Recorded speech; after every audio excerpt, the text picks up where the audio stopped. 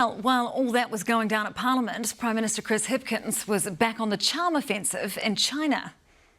The aim of the game was to boost tourism, and he did that, securing new direct travel routes to Aotearoa. But even 10,000 kilometres away in Shanghai, he couldn't escape questions about his ministers back home. Political editor Jenna Lynch is in China. Hear the roar of China. Baoshan drummers playing prime ministerial percussion. A cultural exchange from China to Aotearoa. And back. A gift for Chris Hipkins on his final leg of a mission aiming to drum up business for our exporters. Getting wins like new direct travel routes from China to New Zealand, 7,000 more Chinese visitors a month. More seats mean more people looking to holiday in New Zealand.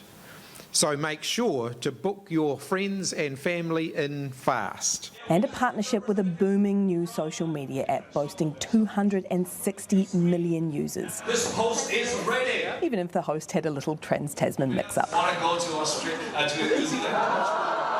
The Shanghai Serenade coming off the back of a series of sit-downs with China's top brass. But right in the middle of his meeting with Premier Lee, as Hipkins was tippy-toeing the diplomatic tightrope, another of his ministers threw out a trip rope. So instead of talking about China, Chris Hipkins talking about Kitty Allen. Kitty Allen, Minister Allen, Kitty Allen's office. Despite allegations about the way she's treated staff, he's standing by her. Do you have full confidence in Kitty Allen? I have confidence in all of my ministers. Digging in for the defence. Were you surprised to hear the allegations?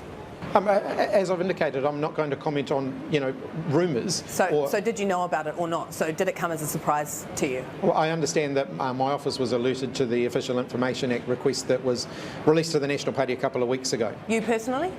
I wasn't aware of the specifics of that request until it was raised a couple of days ago. Another unnecessary distraction. It's certainly not helpful. Meaning the message he's trying to get across. New Zealand is open for business. New Zealand is open for business. New Zealand is open for business and pleasure. Marred by another ministerial misadventure.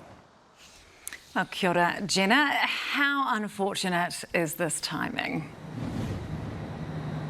There's two answers to that question. The Chinese and the business delegation travelling with the Prime Minister seem absolutely delighted with how the trip's gone. I had a chat to the Chinese ambassador to New Zealand earlier on. He was gushing about how well Hipkins had been received by both the Chinese leadership and the Chinese public, but there is no denying that domestically this is a week that Labour should have won. Easy runs on the board, back to bread and butter, talking about trade, the economy, business. It was all sitting there on a silver platter. The table had been reset from the Michael Wood fiasco, and here we go, ministers going and smashing a glass on it again. You can only imagine Hipkins' reaction when he found out about this news yesterday, and now again he's being asked to express confidence in his ministers. That is happening too frequently, and it risks the public losing confidence in the government. So fear must be creeping in that this slow drip of scandals might be the death by 1,000 cuts that loses Labour the election. Our political editor Jenna Lynch live from Shanghai. Thanks so much.